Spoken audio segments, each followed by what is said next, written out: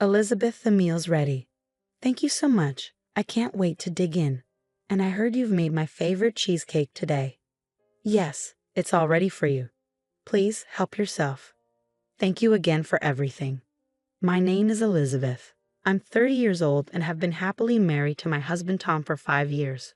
We get along well and enjoy each other's company, though we do it in our own unique way.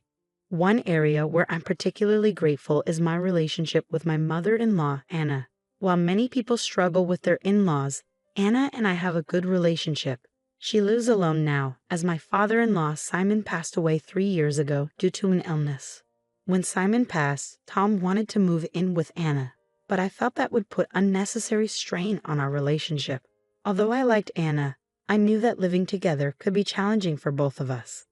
After discussing it with Tom, we decided it would be better to buy a house nearby instead. Tom agreed, and now we make it a point to visit Anna every weekend. She always greets us with a warm smile, and it seems to brighten her day. While our married life is generally smooth, there's one issue that concerns me: Tom's income. Both of us work full-time, but my salary is nearly double his. I work in it and recently received a promotion, which increased my salary even further. I feel that my pay is quite competitive compared to my colleagues.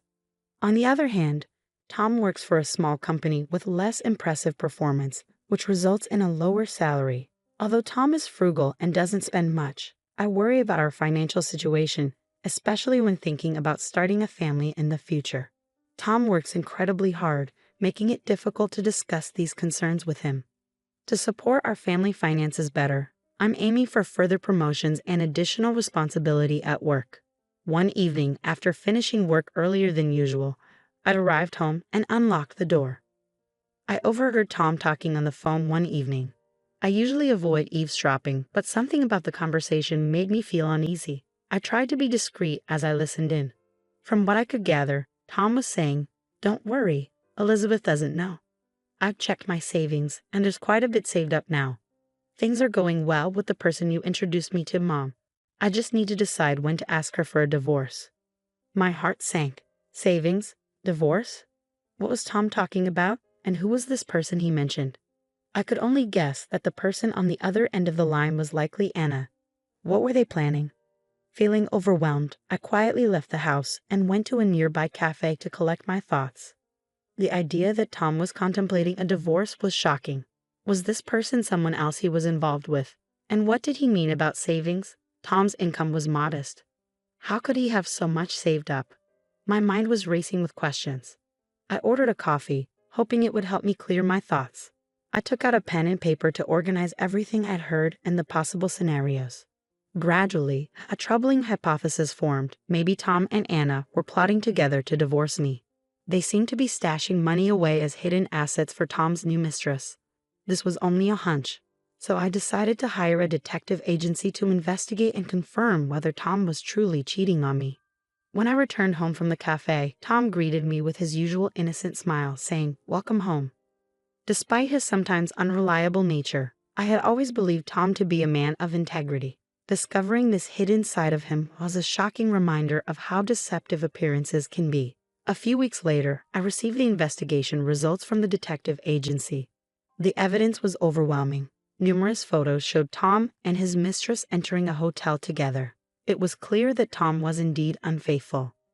I also uncovered the hidden savings Tom had been keeping from me. Finding proof was challenging. Tom's pay slips showed only a modest income, making it puzzling where he could have amassed such savings. Then a thought crossed my mind. I began to wonder if Tom had been showing me fake pay slips all along. Could he be forging them to deceive me? But then, I thought, Tom isn't exactly the type to handle something as complex as forging documents. If anyone were behind this, it would have to be Anna. I needed to find concrete evidence, no matter what it took. As usual, Tom and I visited Anna over the weekend. However, her behavior was unusually off. "Elizabeth, would you cook for us today?" Anna asked, her tone markedly different from before. "You know, I always cook for you. I think you should try cooking on your own more often." Surprised by her sudden change in attitude, I agreed. Until now, Anna had always insisted on cooking herself, so it felt odd to be asked to do it. I prepared several dishes using ingredients from Anna's kitchen. But when I served them, Anna refused to eat any of it. "Anna, aren't you going to try the food?" I asked. To my shock, Anna tossed the dishes into the trash and said, "I can't eat this horrible food." She then pulled out some cup noodles and began preparing them. "This is much better." I glanced at Tom, but he seemed to be deliberately ignoring the scene. So that's what it was all about. Tom and Anna were colluding to harass me and force me to ask for a divorce. Anna's bullying escalated as she tried to make my life increasingly difficult. She assigned me nearly all the housework: cleaning the bathtub, scrubbing the toilet, tidying the storage room, and handling the laundry, while she lounged on the couch, watching TV. Whenever I tried to take a break, she would scold me harshly. Despite their efforts to push me towards divorce, I remained unfazed. In fact, Anna's attempts almost made me laugh. Anna's tactics became more extreme. One day, while I was cleaning the living room, she deliberately dropped a stack of dishes, shattering them on the floor. With a smirk, she said, "Oh, I'm so sorry, Elizabeth. Could you clean this up too?" She probably thought she had finally pushed me to the edge, but I was actually impressed by her dedication to creating such chaos just to get under my skin. "Anna, are you hurt?" I asked, grabbing a brush to clean up the mess. Her irritation was palpable, and it was clear she was frustrated that her attempts to upset me had failed once again. Her frustration boiled over, and her remarks became increasingly petty. "You're so annoying," she complained. "You're always moving too efficiently. You should try to be more useless. Why are you so obedient?" Despite her continued efforts, I remained calm and focused, determined not to let her actions disrupt my peace of mind. I struggled to hold back my laughter, finding the situation almost amusing. However, Anna finally crossed a line that couldn't be ignored. One evening, as I was washing the dishes after dinner at Anna's house, she approached me and said, "You're using too much water," before slapping me on the cheek. Without thinking, I retaliated by slapping her back with my soapy hand. The impact made Anna fall to the ground. Tom rushed over, shouting, "What are you doing?" I chose to ignore him and left Anna's house. When I got home, Tom confronted me, visibly furious. "Hey, what were you thinking hitting my mom?" "She was the one who hit me first," I replied, trying to stay calm. "Yeah, but you must have done something to provoke her." "No," I said firmly. "Anna just lost her temper on her own. I can't stay married to someone who's violent towards my mother." "Oh, so you want a divorce?" "Yes, that's exactly what I want." "Fine," Tom said, his tone cold. "Let's get a divorce." I said this and pulled out the divorce papers from the drawer. "What? You already have the divorce papers ready?" Tom asked, surprised. "I anticipated this was coming," I replied. "But if we're discussing a divorce, I think Anna should be here too." "What? Why?" Tom protested. "Mom has nothing to do with this. The reason for the divorce is that I hit Anna, right?" I said.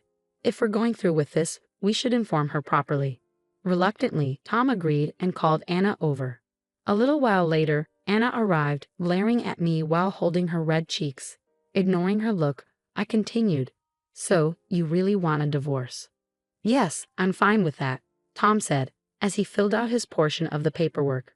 He and Anna exchanged satisfied glances. "Well, I guess that's settled then," Tom said with a grin. "Not so fast," I interjected. "We still need to discuss alimony and property division." Tom and Anna stared at me blankly. "Alimony?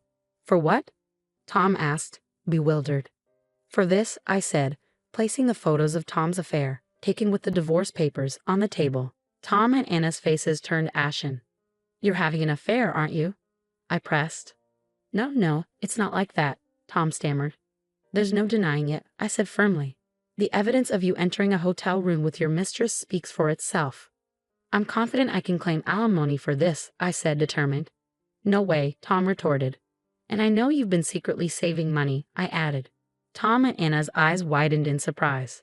"You really thought you could get away with forging your pay slips?" I pressed. "What are you talking about?" Tom asked, feigning ignorance. "You're not capable of such deceit on your own. Anna, you were involved in this, weren't you?" "What? I would never do such a thing," Anna stammered. "Well, if you want to be honest, that's fine," I said. "But if you don't confess the truth now, I will sue you for fraud." Anna's anxiety was palpable, and she started sweating nervously. "Don't accuse people without proof," she said, trying to stay composed. "I'll get proof," I assured her. There are many ways to obtain it. I can request proof of income through the court, and my lawyer will get access to your withholding tax slips. That will confirm everything." Tom's face grew even paler. Finally, I delivered the clincher. "If you continue to hide this, I'll sue you for all the damages. You'll end up paying more than your share of the property. Is that acceptable to you?" Under the pressure, Tom confessed. He admitted that Anna had helped him falsify his pay slips and that he had been saving money in a personal account. When I asked why he had done this, his response was shocking. Tom revealed that he had always felt inferior because of my higher income. He had discussed this with Anna, who had advised him to divorce me because of it. Anna had suggested that Tom should let me cover more of his living expenses while he secretly saved money on the side. The plan was for Tom to accumulate enough savings to eventually divorce me. It seemed Anna had harbored a grudge because I had refused to live with her, and she was determined to bring me down with this scheme. Realizing their deception, I decided there was no reason to show them any kindness. I promptly hired a lawyer and demanded alimony from both Tom and his mistress. I also insisted on disclosing Tom's hidden savings and required a substantial portion of it. Tom agreed to pay me half the value of our house in exchange for my departure. Eventually, Tom depleted his savings, and his mistress, upset about the unexpected alimony payments, abandoned him. As a result of Anna's advice, the mother-son relationship between Tom and Anna deteriorated, and Tom stopped visiting Anna altogether.